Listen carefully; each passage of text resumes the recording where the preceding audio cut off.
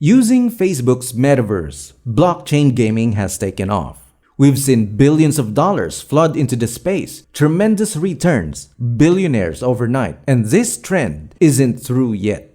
If Snow Crash turns out to be non-fiction and our future resides within the Metaverse, then games will merely get more and more popular. Games that can make you money. With NFT technology, we're able to connect in-game value with the real-world economy. And there are currently thousands of individuals paying their bills by playing blockchain-based games with this new technology. Welcome to Altcoin Bull, the most popular crypto educational channel on YouTube. Let's talk about how to recognize excellent, bad, and ugly of NFT gaming investments. Now, what is IGO? IGO stands for Initial Game Offering. This is the first time a game's money has been made available via crowdsourcing. Games are expensive to make, and creators need money to get their ventures off the ground. In order to achieve this, they offer their token as a fundraising instrument. Buying into an IGO is high risk, high return terrain. It's essentially buying at the bottom floor.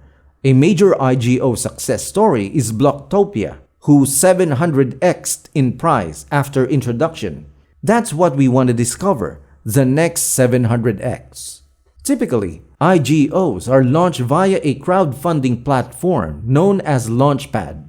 Basically, it's a little startup accelerator for crypto startups. Assuming the idea meets all of the requirements of a launchpad, they'll provide it a platform from which it may attract investors and raise money for its development. Now, fortunately for us, there are a plethora of game-specific launchpad. Most of the top ideas will launch on one of these platforms at this time. CDFi, GameFi, Engine Starter, and GameStarter are among the most popular.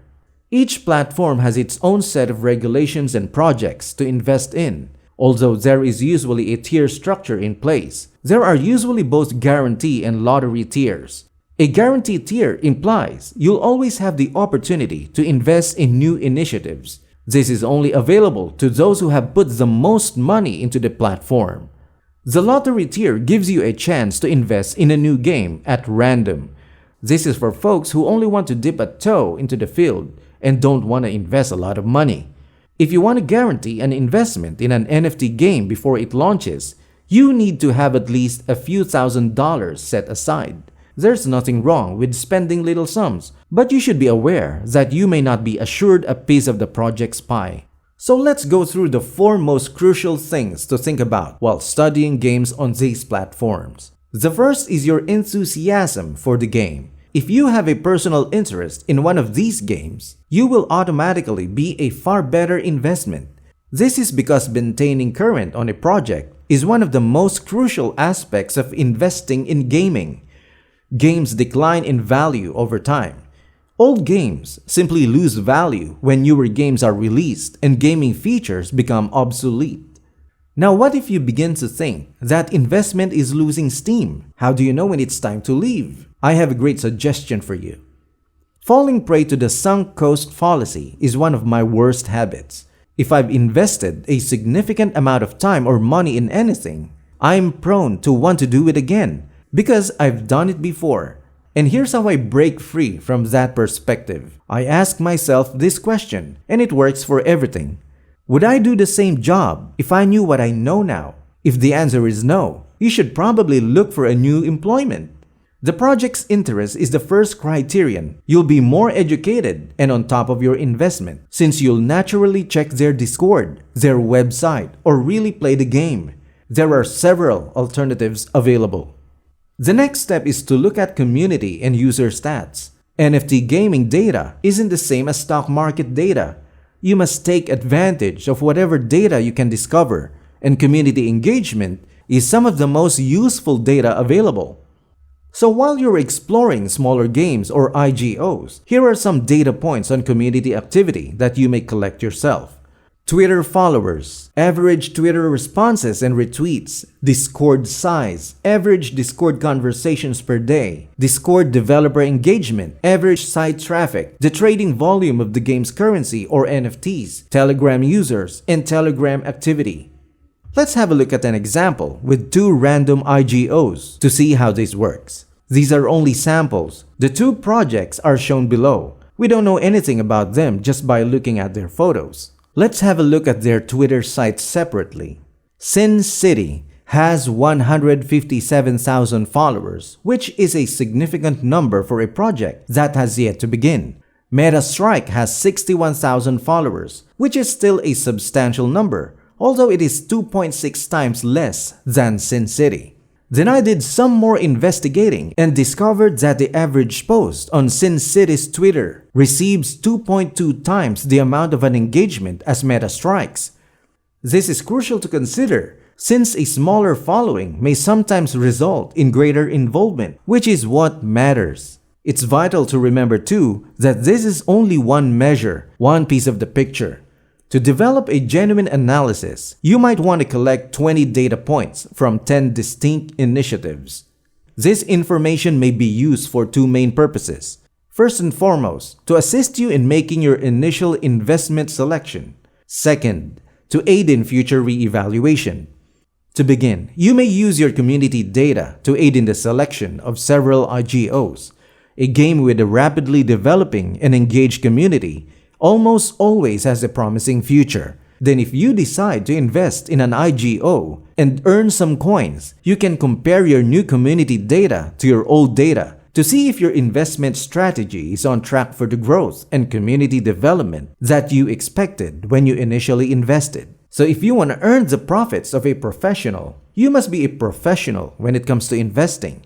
Now we'll go on to the second and most possibly most crucial criterion: the founding team of the game. The founding team not only gives you access to all the project's expertise and brain power, but it may also protect you from frauds. So if you come across a complete founding team who all have digital footprints on several websites or social media platforms, chances are they aren't trying to defraud you. On the other hand, a core founding team with a game and dApp development experience may take a game a long way. Illivium is a perfect example. Their core team has years of expertise in dApp development, CGI, and AAA game production. And look where those qualifications have gotten the game's market value. One more thing I enjoy doing is watching interviews with the founders if they are available. This, I believe, will provide you with a far greater insight into the individual and their capabilities. From here, you should look at the white paper for a project. I can't emphasize enough how critical the white paper is for judging an NFT game, or for that matter, any crypto project. Examine the white paper and ask yourself a few essential questions. What type of mechanism does the game have for progression? Is there a compelling motivation for the community to stick around and play?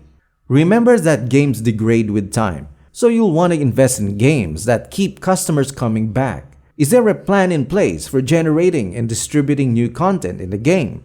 This not only informs you about what to expect as an investor, but it also shows that the team is focused on the long term. Where are we in the development cycle right now?